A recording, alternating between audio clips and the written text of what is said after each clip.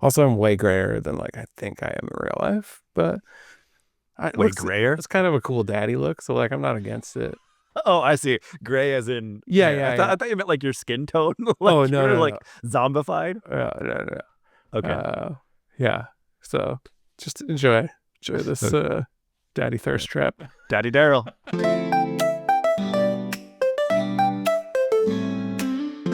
Hello and welcome to Artifactor. I am your host Daryl Etherington, and I'm here with Greg Comperic. the other host of this show. There are two, and eventually we will have guests, although we haven't to date. Yeah.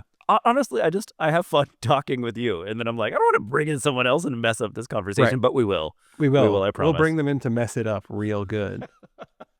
You'll know because that'll be the bad episode. Then we'll never do it again. Yeah, no, I think that'll be fun. But for now, we are still going to be talking amongst ourselves. There's lots to talk about. Some very exciting developments this week in AI land. I think first and foremost, Google doing a lot with image editing in ways that kind of follow naturally from what we talked about with some of the Pixel stuff from before, because they had revealed like, oh, a little bit of AI powered editing on new Pixel devices. But then basically later that same week, they unveiled huge changes to image generation and image editing in Gemini, their ChatGPT equivalent. And Greg, this is some very impressive technology. I think I got you with one of the images that I made through You this. did. You sent me a picture and did not say that it was AI edited, and it was you on a. We may probably throw it up. It's a you on like a red carpet, and I was like, "Where the hell are you, dude?" Like, Yeah, I knew that you were on a trip to LA for like some other stuff, or you were on a trip. Uh, yeah, and I it got me. I know. I didn't intend to. I thought it was like clear from context cues in the conversation that I was like, this is what AI can generate. But then I forgot about the other context cues in the conversation that you helpfully reminded me about, which was like, oh yeah, I was just in LA. But yeah, it was, you'll be looking at it if you're watching the video, but it's basically just me on a red carpet, and it convincingly looks like me on a red carpet. 100%. Yeah. Yeah. And the some of the things which you look closely, you're like, oh, weird. Like some of the lighting is a little bit strange, although it does look like good But flash lighting at stuff photography. like that is, yeah, exactly. Lighting Yeah, at stuff like that is always weird. yeah, yeah, it's true. And then the poster in the background is funny once you start paying close attention to it, because it's like Yeah. I think gobbledygook. the name of the movie that you're at the red carpet debut for might be The Hollywood. It's like Hollywood, because it's like one L something. Yeah, it's just doesn't. It's not anything, but I have no idea. But so this was made with Nano Banana, right? it was made with Nano Banana. Also, kudos to Google for like revealing the cool, fun name of the thing, which I think helped with its virality and pickup. Absolutely. Yeah. Called Nano I, Banana. So fun to say, just fun to say out loud. Like, yeah. yeah. I have a feeling here. So for anybody who needs a little bit of context here, the very, very short version is that out of nowhere on this website called LM Arena, which is like a AI versus AI testing grounds, right? Yeah. It throws you throw a prompt at it, it gives you multiple examples, you don't know which one is from which model, and you pick which one is your favorite, and then it's like, oh, hey, this is this model. All of a sudden, this new one showed up that was calling itself Nano Banana, and everyone's like, what the hell is this thing? Mm. Like the results from this are very, very good. And then over time, people started piecing together that this was likely a Google thing. There was Google engineers, I think, posting pictures of like little bananas and stuff. And all the dots kind of connected that this was a Google project. And what this is Google's like dedicated and focused attempt at an image editing and image generation LLM. It's the non-code name for it is, let me see, it's Gemini 2.5 Flash image, but Nano Banana is a way more Way fun better. name. Yeah. And I have a feeling that they're like, this is going to inspire probably Google and probably others to go down this route of like, oh, F the whole like 3.6, 4.9, whatever thing. Like, let's just like with Android, let's just get kind of weird with the names. Yeah. And I think they should. I mean, yeah, it makes it a lot more tractable for the general audience. I still think like they went back and forth on a few different names for the assistant itself. Like Gemini wasn't the first crack. I don't even remember what they used to call it, but there was like some name that I forget preceded now, man. Gemini that was like dumber. And like even Gemini I don't think is a great name, to be honest. Like it's not that catchy, and it's kind of like, I don't know, it sounds more businessy and less like a fun assistant thing that you want to like actually engage with. Yeah. Uh, Remember, like for stuff like that though, it also kind of has to work in like the I'm gonna say it, but it's gonna mess up my phone, but like a Hey Siri sense. Like it oh has to yeah, be a certain collection of syllables that when you say it in a loud environment, you can pick it up. right. Yeah, that's true. So, I mean, maybe they're just, I just don't think they're good at naming generally. So I think that's part of it. But yeah, there are also other structural things they have to adhere to. Anyways, Nano Banana, great name. Maybe just rename the whole thing Nano Banana, the assistant. And that would, that's I some will say, chaotic fun. if this video inspires you to go look up Nano Banana and try it yourself, um, Google is getting owned at the SEO game. Like Why? there are so many startups or pretenders, whatever, that have taken the name Nano Banana and made it theirs, and they are like the first 6 results for Nano What? Banana That's right now. ridiculous. It's Google. It's yeah, I know, right? A lot of them are sponsored, so they're at least getting paid for getting owned. Yeah. But yeah, go don't if you want to play with Nano Banana, you should go to aistudio.google.com. Don't just try to Google it because finding it in there is a mess. Yeah. aistudio.google.com. Yeah. But yeah, let's talk a bit about what it does. So like some of its strengths are it's very good at maintaining consistency across generations Yeah, for subjects, which yeah, is something that has been very hard for AI image generation to do. yeah. And it's also really good at its big and small. Kind of the examples we talked about were illustrative, right? Like the one of me, because I took a picture of myself like that I took at home, and then Yeah, used that and was like, can use this as the basis, and it did a very good job so that it looks still like a photo of me, yeah. but with completely different lighting and environment, right? You did that all off of one reference photo? Yes. Wow. Yeah. Damn. And I'll include some other examples here too. Like I basically provided it with one example, somewhere like outdoor well lit photos, somewhere indoor relatively poorly lit photos, but I had it try different things. Mostly I was trying in the early offing, like, well, I did one where I was like, here's one of me, I think based on an example I saw Google itself provided.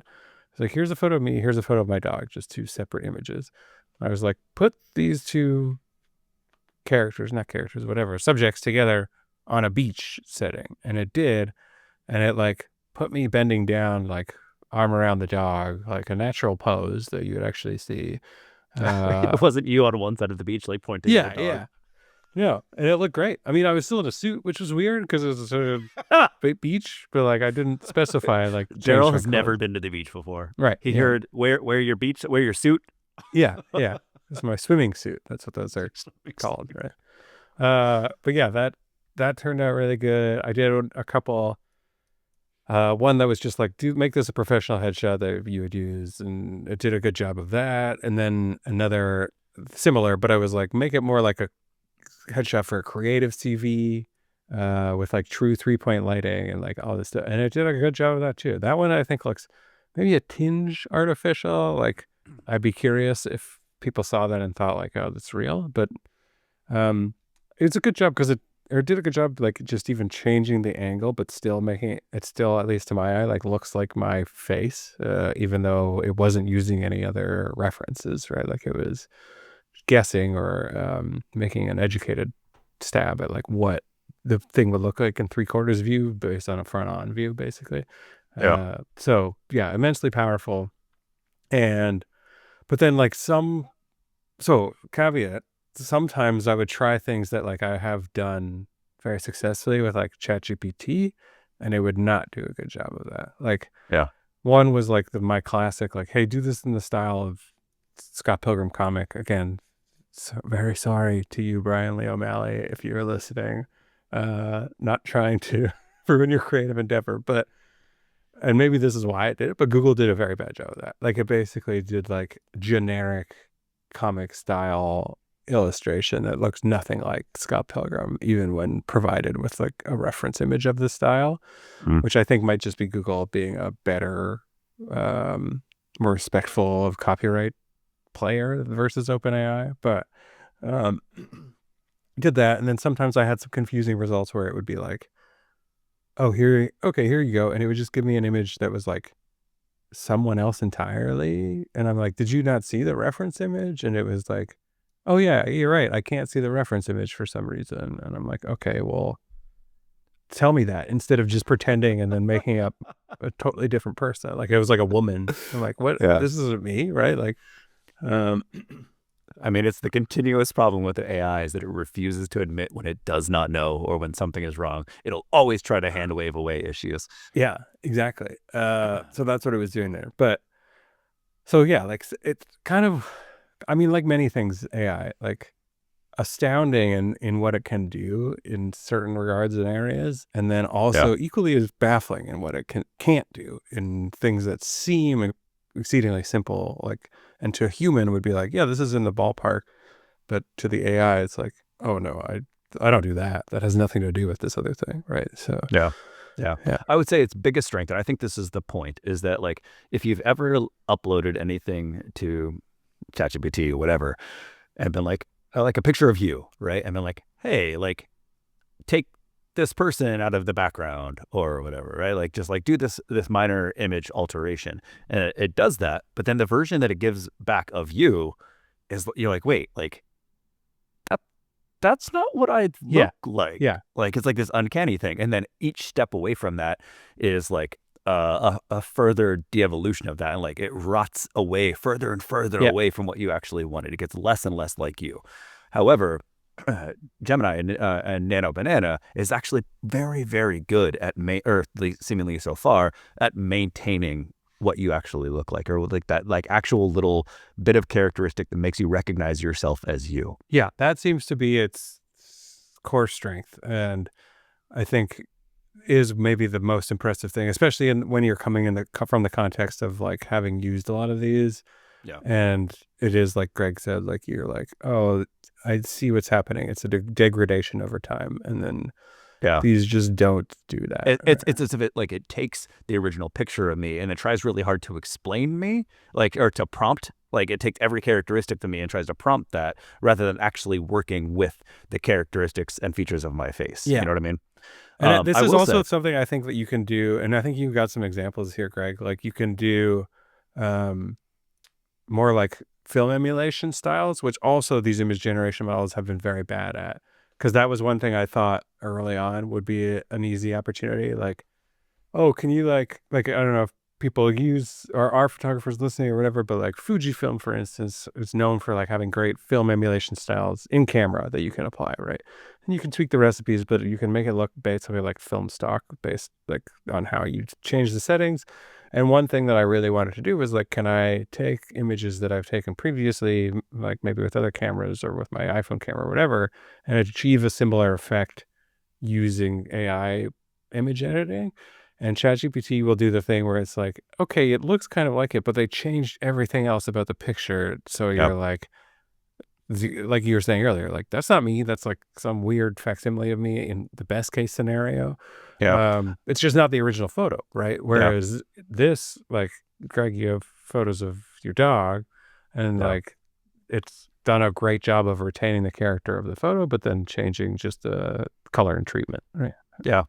So we'll jump into those examples. I will say like on the other side of this same coin is that like while it's very, very good at staying true to the original image, at times it's almost too good at it. Like Mm. it leans too hard in that direction, because there've been times like you'll see some of the examples where I've got I've prompted my way to an image that like I like it, but I want to change one aspect about it, or I want to completely change the style of it. And it's like, no. Like Yeah, it gives me back literally the same image, or like the same like I could be like, oh, do this in like noir style, and it'll give me the same thing back with a tiny little thing change. Like if it has to make the decision between maintaining what was there fidelity. before Yeah, versus completely changing it, is always going to stick with the maintaining. yeah, Right. And so like oftentimes I find myself just dumping the entire thing, like taking the last version and then starting a whole new train of thought, like a whole new chat yeah. window.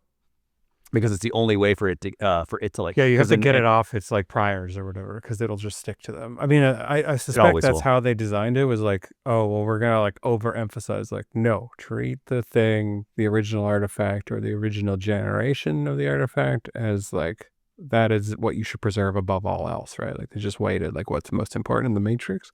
Because Yeah. I think your example you're talking about is probably this is a delightful example, by the way, Greg. Your scene of The Rock fighting the Thing. Let's jump into that. So yeah. Um, so we're gonna probably put some of these images up on screen instead of screen sharing because this was a very last second decision to do any examples whatsoever. So we did not prep technologically at all. So Daryl, can you bring up the rock battle Oh folder on your yes, screen? Okay, yeah, I've got them in order there. If you bring up the number one image, right? yeah. That is literally a screenshot of my wallpaper, right? It's a train in Japan. I apologize to the original artist for not crediting you. Probably I'll try to find It looks the kind credit of that we. like Arietti style or whatever, or like Yeah, yeah. yeah, It's a beautiful, beautiful image that I've had as my desktop for a few months, and I love it. And then if you go to the next one, it is a picture of the Rock on a transparent background, screaming at us, and yes, then the Thing from Fantastic Four. uh-huh. And I thought it'd be very funny to have them battle right It's on a top of that great train. idea, good instinct. This was not anything that I needed to use for any commercial purposes or any real Right. purposes. This was 2 seconds before this episode. I was like, I'm going to make the Rock and the Thing, who is a rock, we're going to make them fight on top of the train. And there it is. Yeah, and it Right? looks good.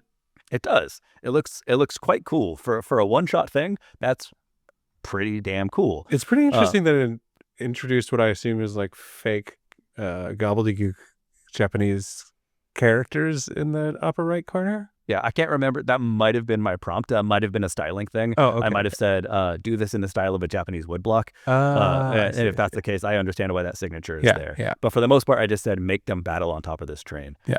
And then this is an example of what I was saying before, where it doesn't like to stray. Once it starts Yeah. going down a path, it likes to stick to that. I said, okay, now make it hyper realistic. And if you go to number 5, Yeah. And that's not hyper realistic. it added like the train appears to be braking and then it added some buildings Yeah, it gave some in the buildings to the background. back. And I was like, no, no, no, make it look like a photo, make it hyper realistic. And you go to number 6, and it's just like, It's it cut. yeah, that's weird. And then it kept the like, so in 5, it had introduced for some reason sparks of power in the Rock's fist. And then in 6, it retained those. Like, this is really important.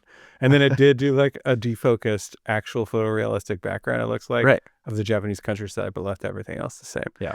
It picks things that it needs to retain. This makes sense for like it wants to maintain characteristics that you recognize as being you or as being this photo, and it tries to maintain them from version to version. Yeah. But it refuses to drop that once it gets that train of thought. Yeah. Train So of thought, no pun intended. that was that was very much accidental. Yeah. But it's funny So because one of the images I did, it did a similar thing. And I can put that in here too. But it basically said, like, I said, oh, dude, this was when I was trying to do the, like, emulate the Scott Pilgrim version of myself that I had done on the other, on ChatGPT's tools. But I did it and I was like, okay, take this photo of me and make it like Scott Pilgrim style. And the first one I did was like just a generic comic image overall, illustrated. And I said, okay, no, do like that, but like pay attention to the style, like not just generic comic style, this.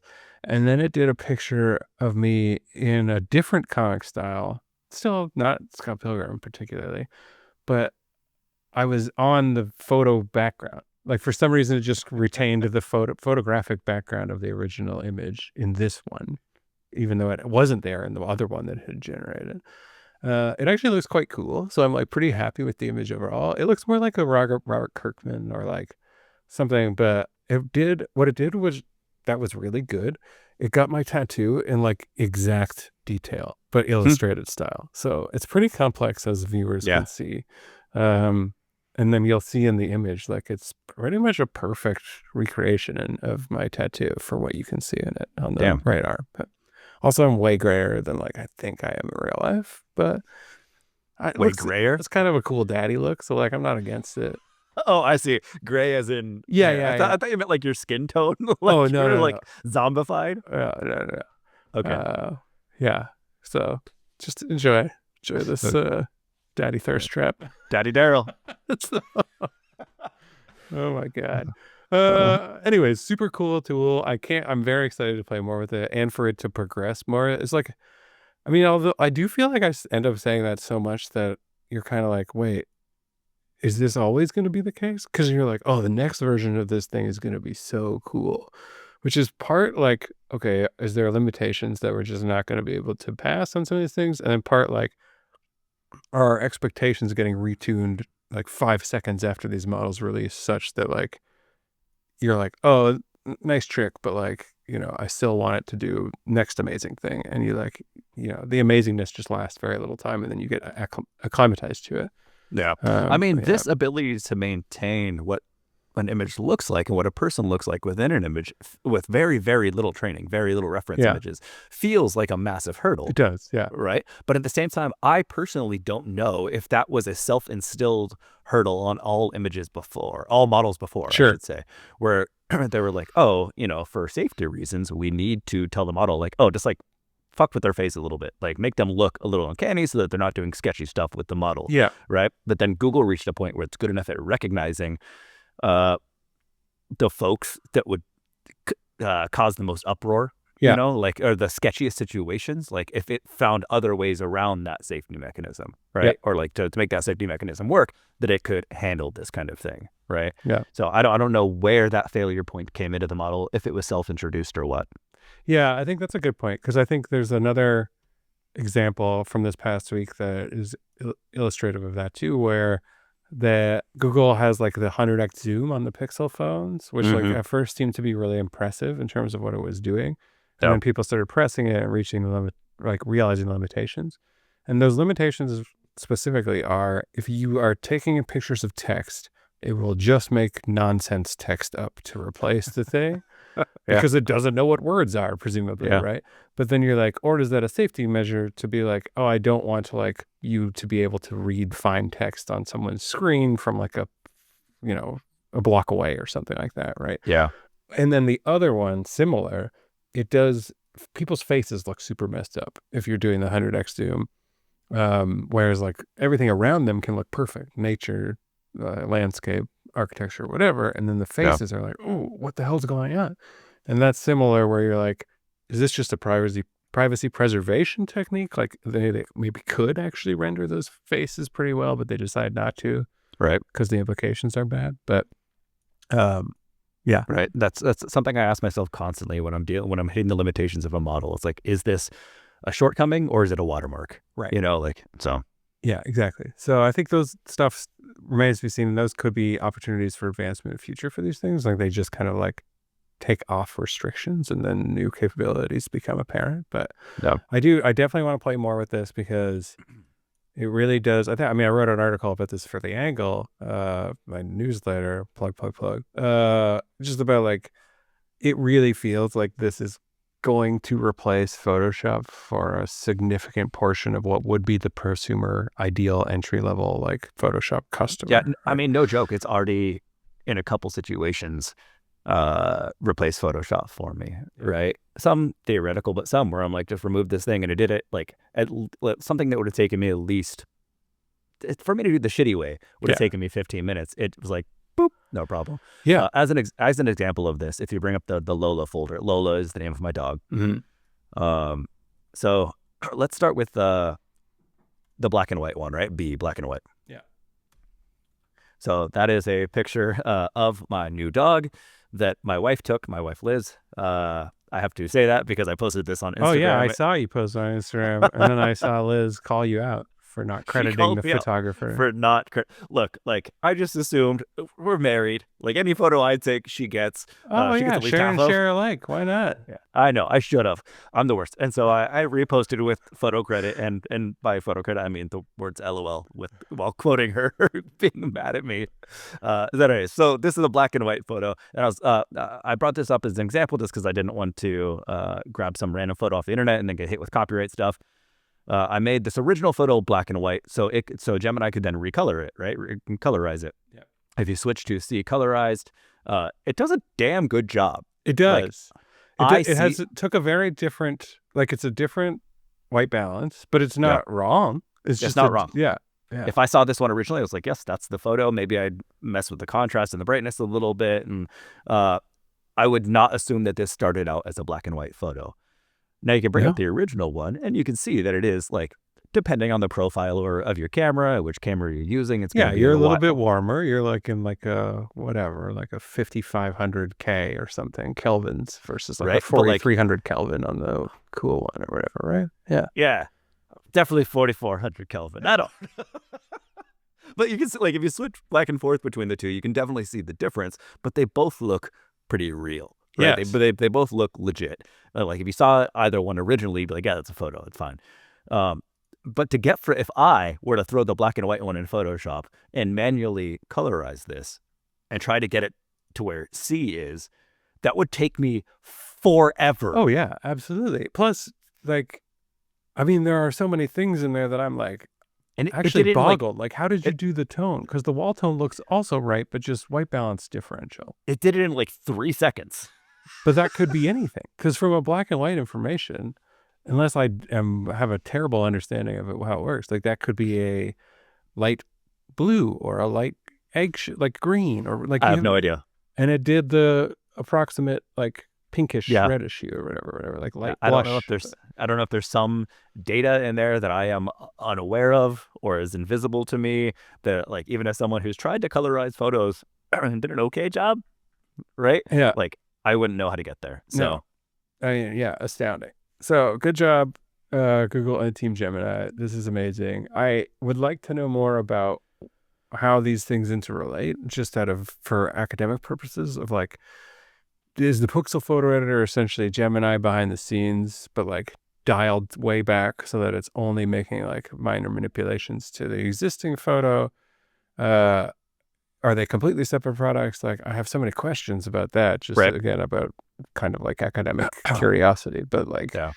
Along those lines, I saw someone take an example of the 100 zoom that like they zoomed in on. I think it was the Corolla. I don't know if you saw this one. no. The writing on the back of a Toyota Corolla, and the built-in 100x stuff did okay. But then someone threw that same one into Gemini. It was like, make this better, enhance it, and it did a great job. Yeah. So it's seemingly not like the exact same thing, and there's definitely stuff in there that's like maybe it's for the sake of speed, Right. or whatever. But it's not 1-to-1. Yeah. Interesting. Anyways, I think watch this space for lots to come. I think Google is going to continue to develop dominance in this category and then start running away with it. I think that's going to apply to image and video generation. And I think that's super interesting in terms of like thinking about how they then work with Hollywood and a whole bunch of other players Yeah. where they don't maybe necessarily play right now. And remember, Yeah. Google is essentially an advertising company. This is all immensely valuable stuff from an advertising generation perspective, right? So Yeah. I mean, that's how we've seen Nano Banana tested in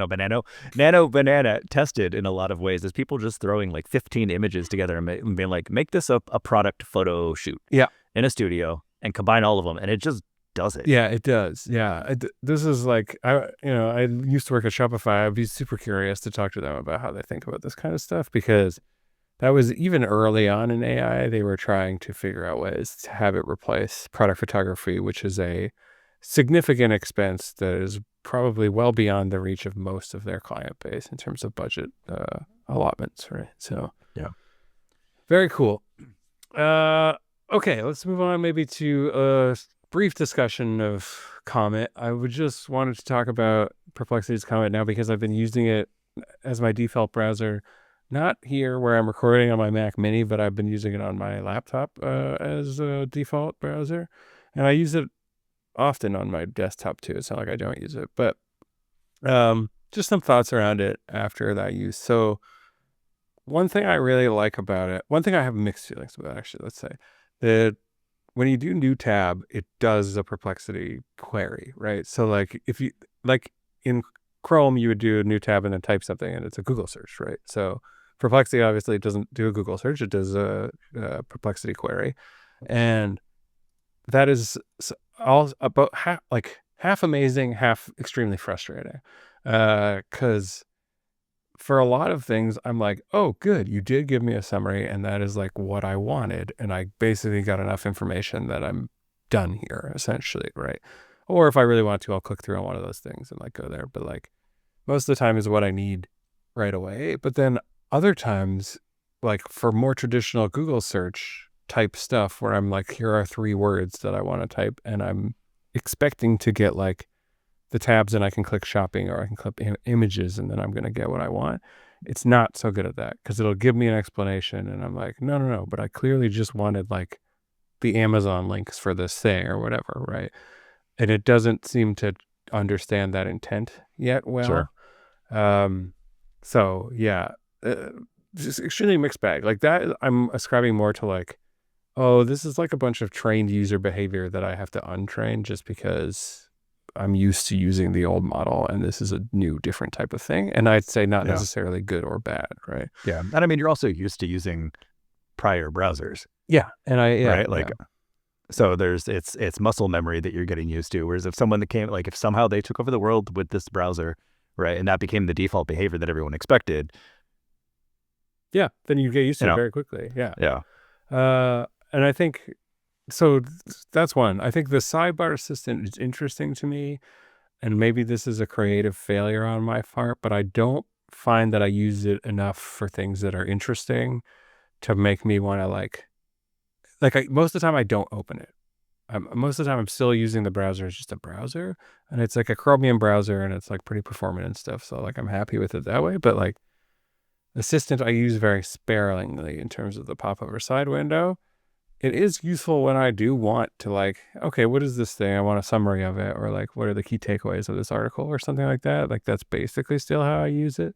Um, I have used it sparingly for the like, hey, find me this, like, and mostly in the case of YouTube videos, like I'll be like, find me YouTube videos that are a good tutorial for activity XYZ or whatever, and it'll find them, and then it'll do the search, find the results, like judge which is the best result based on, you can see its reasoning of how it's trying to decide, and then actually play, right? It'll like hit play on the thing, Hmm. which is interesting, but also feels like, I don't know that I want you to do any of that. Like, it's not hurting me to do some of these manual actions. And I think that I would prefer having control over when and where they happen versus you just automating that part of it. Right. So, totally. yeah. I have a funny story. It's not with Perplexity. It's actually with ChatGPT. But like asking a model to not behave the way that it is, to not do the thing that it's doing. Oftentimes, like you can eventually you prompt it like don't do that behavior, Yeah. right? With ChatGPT 5, it had a tendency, if I put something in there to be like, hey, like copy edit this, make sure there's no mistakes, it could do that. But it would also like, it would tweak little words, Yeah. Yeah. right? It Yeah. would tweak little things in subtle ways. And so I had to be like, don't change my words. Yeah. Just flag issues, Yeah. right? Just like give me a bullet point list of issues. And so and it said, okay, I won't change your words. And now with ChatGPT 5, no matter what I do, every time I prompt it, especially with voice, it says, okay, I'm not going to change your words, but like, and it comes It's across like as like, attitude. It's like, all it's right, like the man. most fucking passive aggressive thing. And like, I've gone through and I've like adjusted my memory section or whatever to be like, get rid of that. Like, I'm fine with it Oh now, my God. you know? And it drives me nuts. That's, yeah. It just learns somehow, and like in its LLM soul, like it needs to give me attitude every time. I think that's another thing about these things where you're like, memory is good as a feature overall, but it's very funny the things that, like, when we talk about memory, I don't think we fully understand how to implement it yet, Yeah, because memory for these assistants shouldn't be just like perfect computer memory, in that it's yeah, like, oh, I just remember everything that you've input in me previously. It should yeah, be more like human memory, where there's a selection process of like, what's important, what's not important. I discard the irrelevant, unnecessary stuff, keep the relevant stuff. And like, I don't remember. I mean, that one is funny because like you can think of a person remembering in that same way, but it would yeah, just be to needle you. It wouldn't be to like you'd be more effective as your And assistant I or need whatever. the ability, like this one, I don't know why it's still referencing this. Like I think I've removed it from its memory. Right. I need to be able to be like, why are you saying this? Yeah, yeah. I am. Yeah, it's weird. But this reminded me of a thing that somebody sent over to try out. And I mean, I don't know this person, and like he didn't ask for any money or coverage or anything, but I took him up on it because it was an interesting tool. So it's called TextJam, but it is a like AI writing assistant. It's an AI Okay. writing tool, like a AI word processor, basically web based. And one of the things that it introduced, like I haven't played around with that much, but like the one thing it has that is very unique is you can like click an icon that's a pen, and then if you type things while in pen mode, the AI will not touch or change that. It cannot touch or change that. That's dope. I like that. Yeah. I like the idea of being able to highlight certain stuff. Be like, don't change this. Yes. And Just then, literally copy and paste this back to me. well, yeah. And then then you can switch to pencil. And if you typing with pencil, that is all manipulable. That is all fair game for the AI to change. That is a very smart interface. Like I think everybody gets the difference Yeah. between pen and pencil. That's smart. Well, it's super smart. And it's like a collaborative tool. I think there's Google Docsy type functionality, but it was really because I was like, oh, I could do this. I was trying it for prose because I was like, write this. And then I was like, okay, now like give me another couple sentences in the same poetic prose style that like continue on the theme but finish the paragraph, and it would do Oh, that, and it was like pretty good at it. But then again, it doesn't change that original anchor thing that I've done because I've highlighted it as like do not yeah. change, right? Yeah. So actually, Greg, I'll share because he has shared. I don't know if you got this email too, but he was like, "Here's a code, and you can get 2 other people to sign up." Nice. So Also, the yeah, name TextJam is pretty solid. it is. Whoever is It is making this solid. is quite clever. Yeah. So So, well, I think he wants me to talk about it, but his name is Pete De Laurentiis. He's the founder you're and welcome, Pete. CEO. So, yeah, Pete, it's a cool tool. I will continue using it, but I think that's a really interesting innovation to just have the ability to lock certain aspects and unlock other ones, right? So, Yeah, and I mean that's what it's going to come down to in a lot of cases is seeing the different ways that people approach because 99% of people are using the same foundational models, right? The same LLM models. And seeing how people approach these UIs and do stuff like this pen or pencil thing and finding clever ways to solve weaknesses in the LLMs through the UI. yeah, Because like ChatGPT itself was kind of a happy accident, yeah, right? It yeah, was like a hackathon project. They threw it up over the weekend and they came back to like, oh shit, people like this. yeah, Let's run with this, right? And so, but like, is that the absolute best user interface for any of this stuff? Probably not. yeah. Like, is there ways to do this better? Like this pen pencil thing? Probably. Yeah, yeah. I think there's all kinds of innovations still to be had there. I think it's difficult because I think they did arrive at like let's put it in a Family Feud context. I think they probably arrived at like the number one most responded answer for like how should a chat interface or how should a user interface for this work is like actually a chat Yeah. bot. Yeah. But then there are still the other top 5, top 10 answers or whatever that remain to be revealed, right? And like Totally. people got to work on those. So this one is hopefully one of those, or I mean, it seems like it could be one of those. But I think there's a lot more to come and a lot more experimentation to be done. Yep. And stay tuned because I like playing with those things. I mean, I wrote an article on The Angle about a social network based one that this Michael Saman guy came up with. He was like an ex-Meta employee who then got reacquired back into Meta just based on building that project. Like Zuckerberg was like, oh my, come back. And then paid him a bunch of money and absorbed that back in. But it was because it was like, you could tell that it's like, oh, what if you had a social network of a bunch where all of your followers are people that you tune, like AI people that you tune to have specific characteristics, and then they respond to you in those ways, right? Like you could make them mean, like encouraging, like whatever, creative, like, and it was fun because you would post and then all the comments would come, but they were all like generated from these different personalities or whatever, right? But Yeah. that was like, oh, this is a really novel take on this, right? Like, why is it one-to-one in the way that we're thinking of? This is more like one-to-many with chatbots, right? with diverging personalities. So, I mean, I hope that starts showing up in Meta products in some way, because I think that was the intent behind the acquisition. Otherwise, maybe he'll just make him go work for Alex, what's his name, from Scale, and it'll be a disaster nightmare. I don't know. It seems like a mess over there right now, just between us.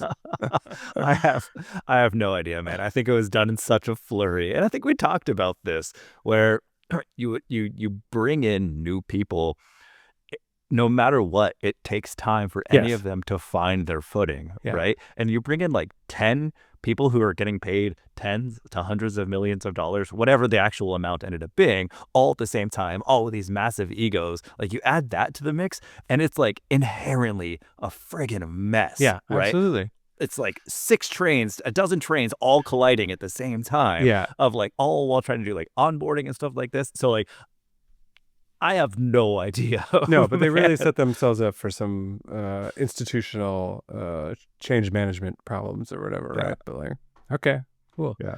All right, let's move on from that and comment, unless you had other thoughts about it. Did you want to, if people wanted to check out Comet themselves, do you have a means for them to do that? Oh yeah, that's right. Good reminder. I still have some invites, so if people would like to access to it, like this is the full version of Comet, not the like limited version that typically is reserved for people who don't have Max plans. So I have some invites to give out. So Sweet. just reach Should we out to should me. we have them drop a comment?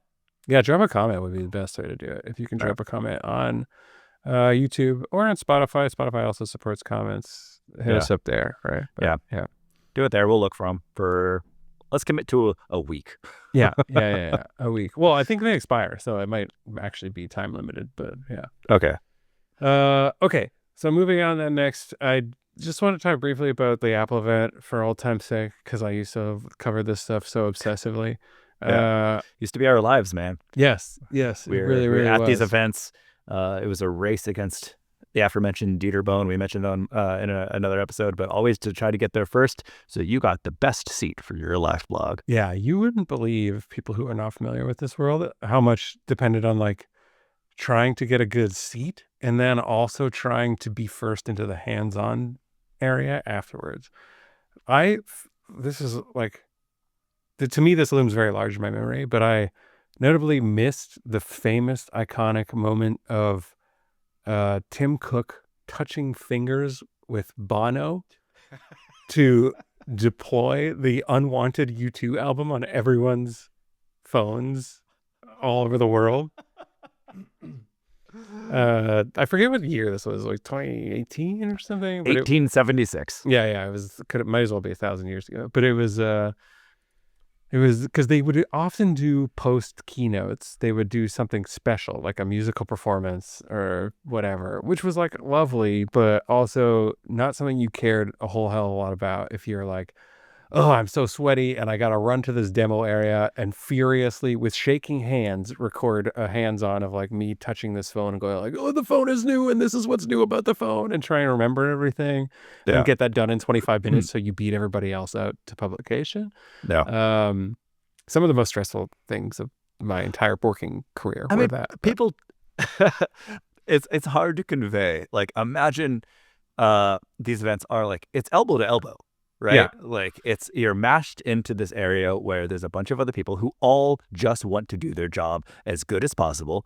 You're fighting for the same things in a large crowd with very, very limited connectivity because there's that many people in a small space on the same Wi-Fi connection. Yeah. Right. So anything you saw come through on the other side of any live blog, whether it's TechCrunch or Macrumors or literally anybody else, that is a miracle. Like, oh yeah, it is the shit that astounding that it happened. Yeah, and for what? I mean, that's the real look back. It really, really, really mattered for about It did 35 matter. seconds. It did matter. I know. For 35 seconds. It doesn't now. I don't remember a single fucking live blog that I wrote. No, I know. But yeah, it was. But so I missed that because I ducked out early. Like, I'm gonna get early into the hands-on spot, and then I missed what was definitely one of the best moments of stupid, weird, awkward technology conference stuff. Because they clearly didn't know what to do, and then decided, I guess, in the moment to reach out and touch fingers ET style to deploy this album. It was so weird. Anyways. The weird thing is, if they do it again, something else happens. Like Oh yeah. all of YouTube gets erased off of everybody's Yeah. iPhones. Yeah. Like Yeah. that's why they can never. They Tim can never Cook and touch Bono could never touch fingertips fingers again. again. It's true. Yeah. But so I don't anticipate that this they're not much more polished, so you don't get that much of this fun stuff because they usually do these pre-recorded videos and have been doing basically since COVID. Oh, So the I new get it. event is happening. Yeah, I get it too. New event is happening September 9th. So a week today, as you're listening to this, probably. One day before my birthday. One Just day saying. before your birthday. Wow. If you wanted to buy me an iPhone, I know so many people with birthdays like in this week or next. It's actually wild how many birthdays there are around here. But yeah, that they do it on Tuesdays always. They do the keynote at 1 p.m. Eastern, 10 a.m. Pacific always. And it would be live streamed everywhere if you're interested in watching. But it's a pre-recorded video at this point. It's highly produced. And they reveal the new iPhones, right? I don't So, think I ever connected that they always do it on Tuesdays, yep, always on which is Tuesdays. probably in like a very Apple way the best day to do an event. Yeah. Yeah. I Because think because they want, it's kind of like the best time in general because Mondays people are like still like sitting in trying to like get settled from the weekend or whatever. And then like yeah. other Pro tip days for you get anybody buried a bit. But yeah, Tuesday. anybody listening at this point, peak traffic is probably for like actually getting attention to your stuff is probably Wednesday. So for all the follow-on stuff, there's the Wednesday follow-on. Yeah. Like that's pretty smart on Apple's part. Damn. Oh, Okay. it's smart. And it's refined over the years. I don't think they always did that. They kind of like floated around until they found it and then they sat in it and or like Tuesday, right? I think they've done a couple exceptions over the past couple of years, like where it would be a Wednesday or something, but usually owing to like a holiday that falls on the day or something. But Tuesdays and then the following Friday always too is the pre-order day. So that's something else that if people don't know, like they announce Tuesday and then the pre-orders go live and then the phone usually goes up for pre-orders, I think the Friday following the event, and then they ship the next week. So the end of that week, Friday. So yeah, this one will end up shipping, I think on the 19th, be available for in stores for purchase and shipping to pre-order customers on the 19th. Right. If timelines prove true, which they almost always do. Right. So yeah. What are we expecting out of it? So we are expecting the new iPhone 17 and 17 Pro. That's where we're at numbering wise. But then this year, we also get something new, which is the iPhone 17 Air, which I don't know if you've been following the rumor mills, but it's basically a slimmed down iPhone 17. So it's supposed to be ultra thin. Thank God, finally, I know a phone that fits him. I don't get it, man.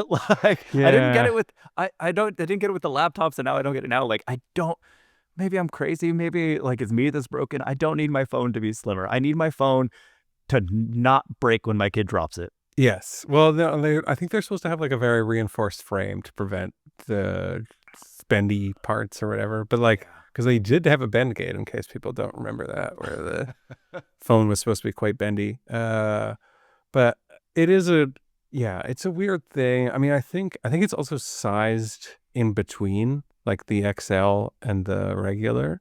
So the screen size will be different, but I think this is them trying to find the right market for like that small phone. Like they tried the iPhone mini, which didn't sell well. So they were like, okay, I guess people don't just want smaller screens, like a smaller overall footprint.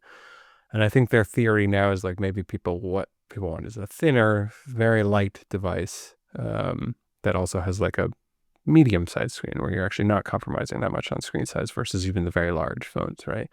Yeah. And it's an interesting hypothesis. I don't know how well it will do. I think a lot will depend on the trade-offs and the price point, right? So one of the big trade-offs is going to be battery. That's out the gate. It's going to have less battery than probably either the iPhone regular or the iPhone Pro. And then the other one might be camera quality, I think, based on the rumors, because it's a similar frame and you can't fit in as much from a camera hardware perspective. And then I've heard, I think that they will have a good display, like the Pro style display, which has variable refresh rate and like I think max 120 hertz or something, which is really good for smooth scrolling and stuff like that. But yeah, so I, it's an interesting phone. I mean, I'm tempted by it only because I'm the sucker who's always tempted by like the thing that wasn't available before and is now available. That's my weakness. Yeah, But it's almost like this was your job for decades. almost, Was yeah, kind of like that. Yeah. So we'll see. But like, I think from a practical perspective, it doesn't make any sense for me because I'm very much a like power user, phone user, yeah, and more battery is always better than almost any other trade-off that I have to yeah. make. Right. I will say I will be upgrading immediately, mostly because I'm on an iPhone 14, because I'm trying to change my phone less, just because I feel bad Yeah. rotating my phone every year. The screen is annihilated at this point because of my children having, candy Yeah, fingers. they're hard on phones. They're hard on phones. Yeah, pro tip. Number one pro tip for all new parents: get a really, really good case. I took mine off to replace my phone case. Right, Yeah. like it was just looking a little worn out. I was like, oh, I'll get a new one. In that like 2 hour window in which I had my case off, my kids destroyed it. Oh, great. So I'll be rotating out to a new one finally. I am like you on the fence as to whether or not I want to stick with iPhone or switch to Android, mostly because of the like, just honestly better accessibility to AI stuff, Yeah. right? Like being Yeah. able to make AI work the way that I want on my phone, whereas Apple is and always will be a holdout in that regards. Like it'll always feel like it's like this tacked on layer. But yeah, I'm there. I'm there day one. Yeah. I mean, I probably am too because that's just the nature of my disease. But the what's interesting actually is this time the ship date, I will be in Japan.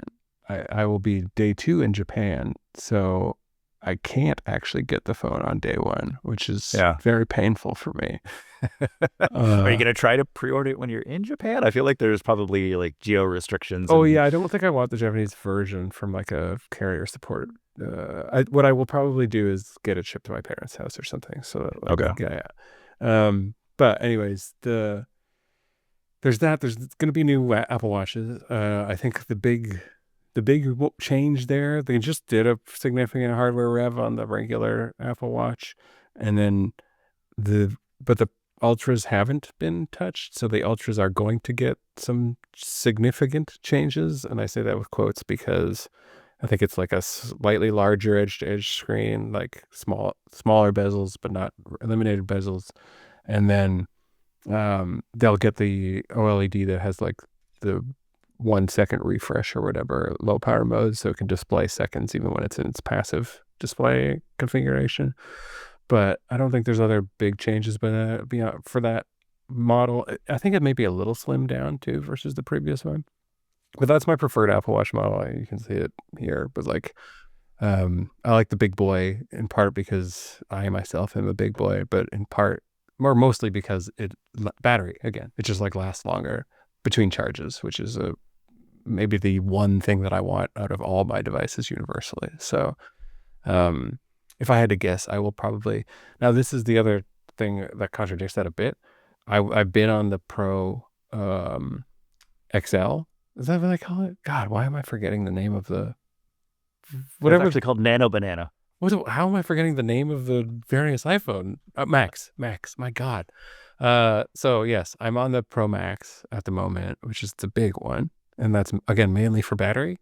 But it's super annoying having the big thing in your pocket because it's so huge. Like it sucks for running with if you're doing exercise, and I don't want to wear like strap that has the phone in there or whatever. It Sure. just sucks for like a million reasons to have the big bulky boy. So I kind of want to go back to the pros, just the pro standard, Yeah. especially if there's no difference in the camera, because that's the other thing that sometimes happens. Yeah. Uh, Honestly, one of the things, it's just perhaps a silly thing to be excited about, is that the camera bump yeah. apparently will now reach across the entire phone Yes. instead of halfway. Perhaps we mark this section to throw up the render of it Yeah, we because can like throw up so some of the people mocks.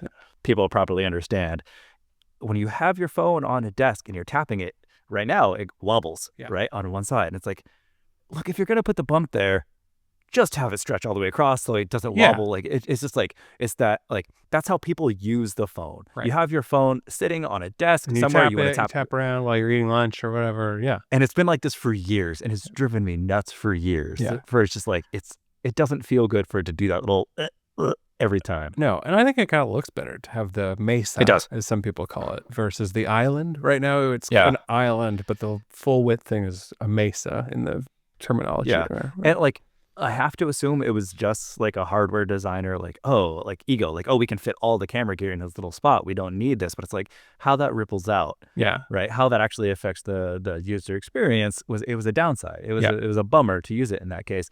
And it's like it's not as if they were like maintaining like compatibility from generation to generation and case to No, case, and right? they You still weren't. had to All replace. that was all replaced. Yeah. So just stretch it out. Just let it Yeah. fill the full width so that my phone doesn't wobble when I tap it when it's on a desk. Yeah. And this is like Pixel stands will be like screaming because they have done that for years, but we know.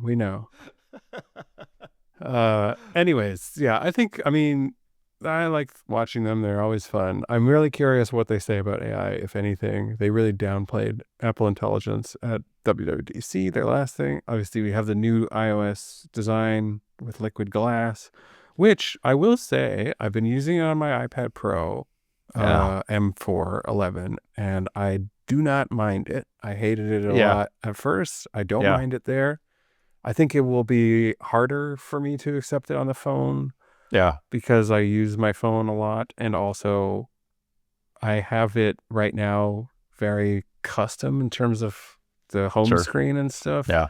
And when it has now all these shimmer effects, it's going to mess up all my beautiful, clean black and white background or whatever. But that's okay. Totally. Like I feel like we need to do something for iOS 26 overall with it shipping but well, we can figure that out. But like I hate it so much less than I thought I would. Yeah. I had been hesitating to install the beta on my phone, and like besides the fact that it makes my phone run at 12,000 degrees, I'm going to chalk that up to being a beta. It's going to run great. I don't think it's just beta. I think it's also extremely resource intensive because of how many little animations and stuff there are throughout the UI. Like it's unnecessary, and transparency effects. All this stuff is like demanding on the graphics processing in particular, right? So yeah. I will say there's a lot of stuff where I see it and I'm like, why? Yeah. Fine, whatever. And I move on and I'll get used to it. Like there's an overhaul of the camera app. So it's just photo and video, and then everything else is a swipe away, right? If you want like slow-mo and all that. I don't get it. Like I think they just were keying to how people actually use the phone. I think my guess is that 70 to 80% of their users really only use those two things and do not mess around with any of the other modes of their phone camera, right? That's totally fair, but I don't know, man. I hate this idea of like, oh, like there's stuff. Oh, if my mom's like, how do I get to slow-mo mode? Like for me to say like, oh, just keep swiping to this thing you can't see. Right. And it'll appear. It's the dumbest shit. It is. It's not discoverable. Yeah, that's the trade-off of it. You're like, you're hiding complexity, but then you're also making it totally non-discoverable, right? Well, like the ideal, and what Apple has often been very good at is like, yes, hide complexity from the users as they don't need it, but make it eminently discoverable for people who are curious and want to, and are in the process of graduating down that curve, right, to being more complex users. Yeah, that's fair. But, okay, so that's all I have to say about that. I think we'll talk more about it once it actually happens and we know what they all talked about, and whether Jimmy Jimmy Fallon is there. That'd be hilarious if they hired him to be like, no, Pixel's garbage, actually. There was another van of cash. Yeah. Bigger van, more cash. So go iPhone. Yeah. The car just like, it just drove itself up and the door opened. There was no one inside. Yeah. Okay. Just one last thing I wanted to talk about just super quickly. Because Associated Free Press has an article that's been going around, making the rounds that I've seen, all about this new trend of AI generated bikini interviews. So it's like if you know the trend of street interviews, which you definitely do if you open social media at all in the last like 5 years or whatever, but it's just where people are interviewing people on the street about random subjects, right? And there's like entire channels that are dedicated to the idea of doing these streeters on specific subjects or something, right? Yeah, I mean, you are trying to turn normal people who are going about their lives into memes, but Yeah, exactly. yeah. It's not a super, yeah, I don't think it's a kind-hearted trend, No. but yeah, a lot of it is based on gotcha or whatever. And like, some of the big examples of like when it really picks up is the Haktua girl, for instance, right? Like she became a meme in her own right because of somebody doing these kinds of things. But what we're seeing now, and I've seen a lot of them. So this isn't just the specific example of bikini ones, but like we're seeing fully AI powered ones. And sometimes they're like weird, like, oh, what if it was like in biblical settings and like Jesus was doing the straighter interviews or whatever. And so you see those and you're like, okay, that's funny, but it's also like obviously fake. Like, even if you can't tell necessarily that it was AI generated, it's not real because it's Jesus and there was no cameras and, like there's on his face, it's fake, right? But with these other ones, like these bikini ones specifically, like it's super not apparent that they're fake, right? And Yeah. a lot of them. So this isn't limited to the AI generated one, this criticism, but the criticism levied is that these are very sexist, but a lot of them are intentionally very sexist. They tend to be done by like a lot of younger people who are like in their party age and like doing this shit at like March break or something, right? Like trying to get like sexy risque answers. I mean, Haktua is a perfect example of this, right? But the ones now with these AI generated ones are like scantily clad women in bikinis, and then like they're going the extra level where like the person they're interviewing might like reach out and touch them or grab them inappropriately or something, and they're like appear to be into it in the video, like haha, that's funny or whatever, right? So like definitely encouraging bad behavior. But I think the like overall what's more interesting to me about this is like it does feel like we're getting to a tipping point where by most people, and that's the key ingredient, like probably can't tell at first glance that these are AI generated versus not. Yeah. Whereas I Do we think do we know what before, model is mostly being used for these? Is it Veo or no, I think it's Veo and Runway and like a combination of all these okay? things, right? But they all kind of like ingest the improvements from the others, especially the companies who are like just selling AI generated video. Like they're using Veo under the hood if you pay at the right tier or whatever, right? So like assume Veo is powering a lot of this stuff. But even stuff like stability AI and like whatever, like those are all also getting a lot more powerful. I think they just are talked about less because Google is at the cutting edge of this or whatever, right? But Yeah.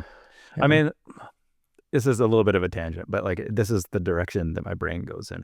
All of this stuff, okay, right? Like I guess the preface that I have to make here, I think that the TikTok interface of like a forever scrolling vertical video, Instagram Reels interface, Yeah. right, is probably the most insidious interface that we've ever made. Oh Okay. yeah. Because what it does is it shows you a video, and if you hang on it for like more than a couple seconds, it tries to pick up like DNA attributes of that video and like log them away. Like, oh, they like this. Okay. Yep. And then you scroll, and like the longer you hang, the more you watch a certain one, like it starts to learn what you like. And it kind of like it literally fucking hypnotizes you. Yeah. Okay. I grew up on computers. I grew up on the internet. And yet this thing is so effective for me at like this just interface at making me watch for hours. I accidentally click into Instagram Reels and I will like to watch a 2-second video and I like 2 hours. Boop, Yeah. gone. Yeah. Okay? And you're like, I think you, me, whatever, we're like probably the most inoculated against this that you can be. Right. In a modern context. Right. Like I'm constantly in the back of my brain is like, should I be doing this? Should I be doing this? And yet it manages to turn that part of my brain off. Now you bring AI into that mix. Okay. Yeah. And TikTok, for example, any company, we'll call them whatever. Any company that is using this insidious forever scrolling vertical video thing, they shift away from giving a shit about user-generated content. Right. And they just start AI generating stuff themselves. Yes. Right? They will find these street interview kind of things. They will find skateboarding videos. They'll start generating skateboarding videos that are literally impossible. Whatever they find that hypnotizes you, they'll just generate that. Yeah. Yeah. It makes... They're literally one step away from that. Then there's nothing stopping them from an incentive perspective, right? Except for probably like an overall morality question about it. But like, that's not a good bulwark when it comes to business and capitalism, right? So yeah, like right now, I think they are still on their like, well, we're encouraging creators because we still rely on creators, right? Like they know that it hasn't flipped yet to the point where they can do that. But the second that they think that that part of the market can be eliminated, they will eliminate it because Yep. it's the most significant cost, it's the most significant risk, it's the most significant like downside of the business is trying to support and maintain that. And if you're able to just take it out of the equation, then you definitely would from like just a business sense perspective, right? Yeah. And just imagine kind of how dark and messed up that is to have an algorithm that is constantly tuning itself to what you like. Okay, fine. But it's also just generating that stuff. Right. Like, and like the downside ripple effects of that, of you going deeper and deeper into this like echo chamber, the silo that is strictly you. Yeah. That's bananas. Yeah, it is. Because it is like I mean, this is what we have already seen. This has been like the history and trajectory of social media to date, right? It's like people getting siloed or radicalized or whatever off into these worlds because of the way that these algorithmic feeds provide them content. And then that's made 1,000 times worse if it's also responsible for immediate generation of that in the feedback loop. Because right now what you have is like a loose association whereby like Yeah. creators see these things being popular and Yeah. then they emulate it, but there's time delay, there's Someone still has imperfect. to make the shitty decision to Yeah, make that yeah, stuff. exactly.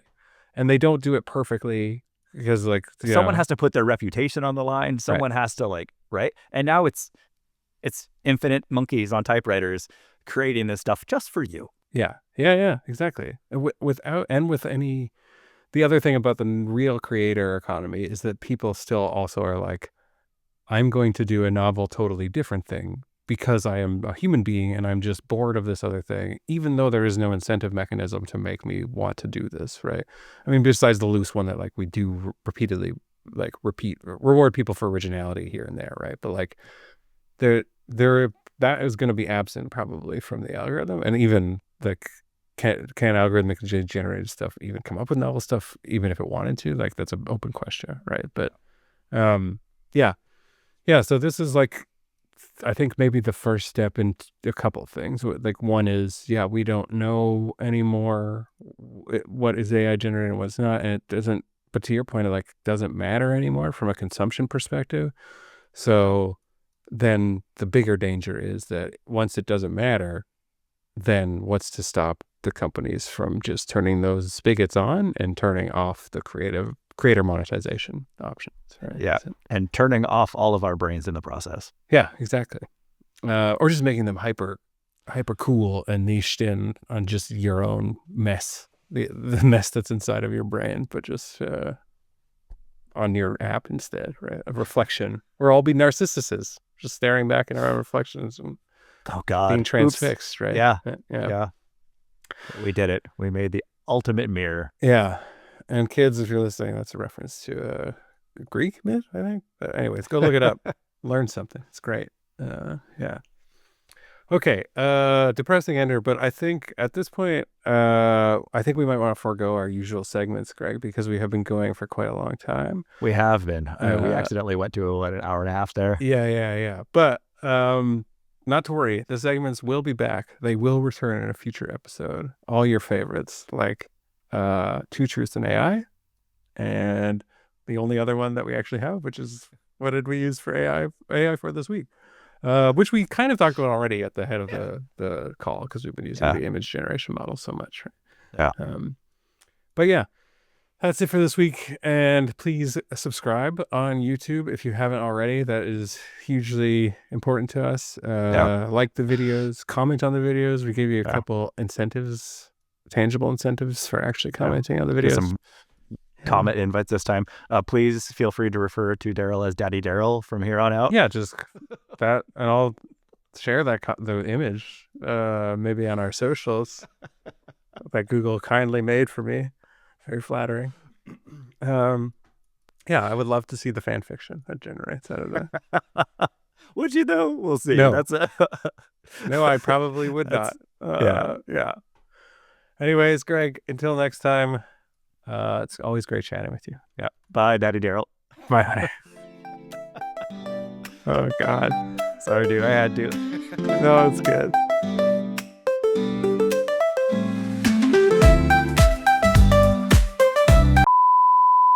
You ready to go? I don't know that we got any cool, fun preload things there because we were too busy talking about real shit. Real that shit could be that could be the preload. Yeah. Just tease with that. I don't know that we got. You'll never hear it. You'll never hear it. It's gone. It's in the archives. Yeah.